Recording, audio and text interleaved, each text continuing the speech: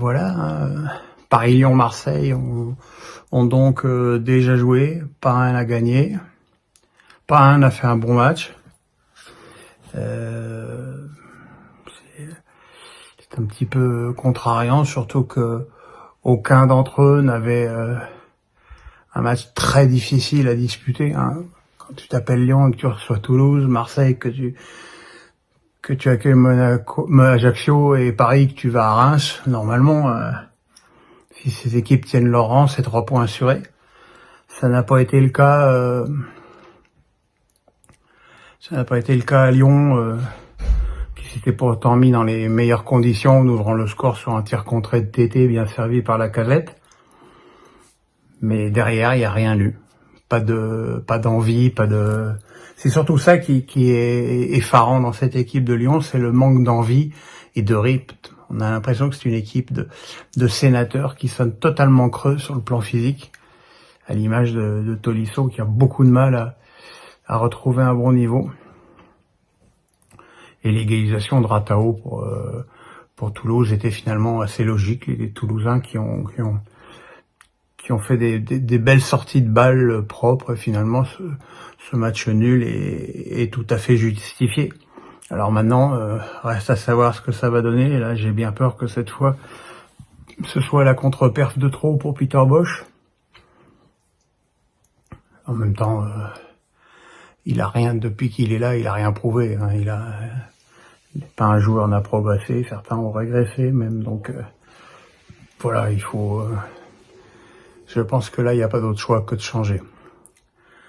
Marseille s'est fait surprendre par Ajaccio à domicile après avoir pourtant ouvert le score rapidement sur le 100e but associé à la 100e passe décisive, pas en même temps évidemment, de Dimitri Payet.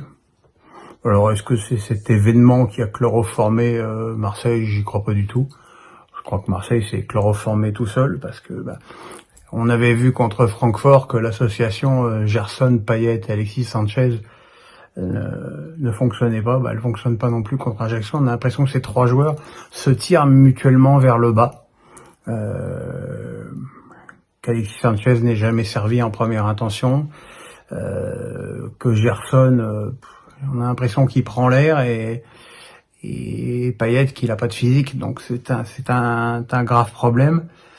Évidemment, ils ont pris un but par Itsuyoko qui a égalisé d'une jolie frappe avant que Balerdi ne marque contre son camp.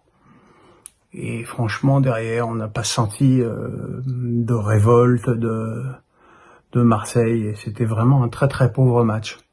Pauvre match aussi à Reims, où on a tout de suite senti que le PSG était déjà à la compo de l'équipe. Alors c'est vrai que on peut pas non plus, quand Galtier met l'équipe type, on dit mais il fait jamais tourner cet idiot. Et quand il fait tourner, on dit mais pourquoi les mecs ils jouent pas? À un moment donné, il faut faire des choix. Mais c'est vrai que Soler, Sarabia, non pas même Mukiele, non absolument aucun automatisme dans cette équipe et que ça s'est senti.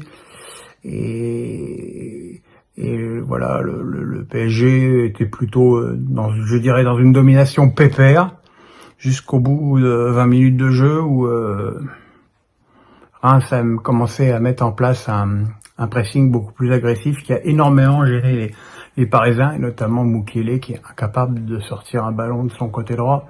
Et ça c'est problématique parce que vous regardez, pratiquement tous les ballons sortaient de son côté. Ajoutez que Bernat c'est loin d'être Nuno Mendes, voilà, ça pose des problèmes. Et puis il y a eu l'entrée en jeu de Monsieur Gayoust, donc pour ceux qui suivent un peu le foot, c'est celui qui a mis 4 cartons rouges au Messin lors de Metz-Guingamp. Donc ce mec-là qui, selon l'avis unanime ce jour-là, a été lamentable, il est donc sanctionné en arbitrant le Paris Saint-Germain en Ligue 1. Moralité, il a totalement fait dérailler le match en expulsant d'abord Sergio Ramos en lui mettant un premier carton jaune sur une faute qu'il ne commet pas. Alors après, peut-être que Sergio Ramos a des mots qui sont inappropriés, mais en 10 secondes, un jaune et un rouge, Ça me paraît beaucoup, et puis beaucoup de jaunes et peu de jaunes aux Rémois qui de leur côté ont fait beaucoup de fautes d'anti-jeu. Voilà, donc malgré l'entrée de Neymar qui s'est tout de suite mis au diapason de l'énervement, enfin c'était pas un bon état d'esprit ni des Parisiens ni des Rémois, et encore une fois de cet arbitre, quand vous pensez en plus que le quatrième arbitre c'était Le Sage, qui a été l'arbitre du fameux Nantes PSG de l'année dernière. Il n'y avait pas grand chose pour aider les Parisiens qui finalement commencent un petit peu à tirer la langue, et il va falloir récupérer un petit peu de blessés et surtout faire rentrer un peu plus souvent certains joueurs pour qu'ils puissent au moins être un petit peu utiles.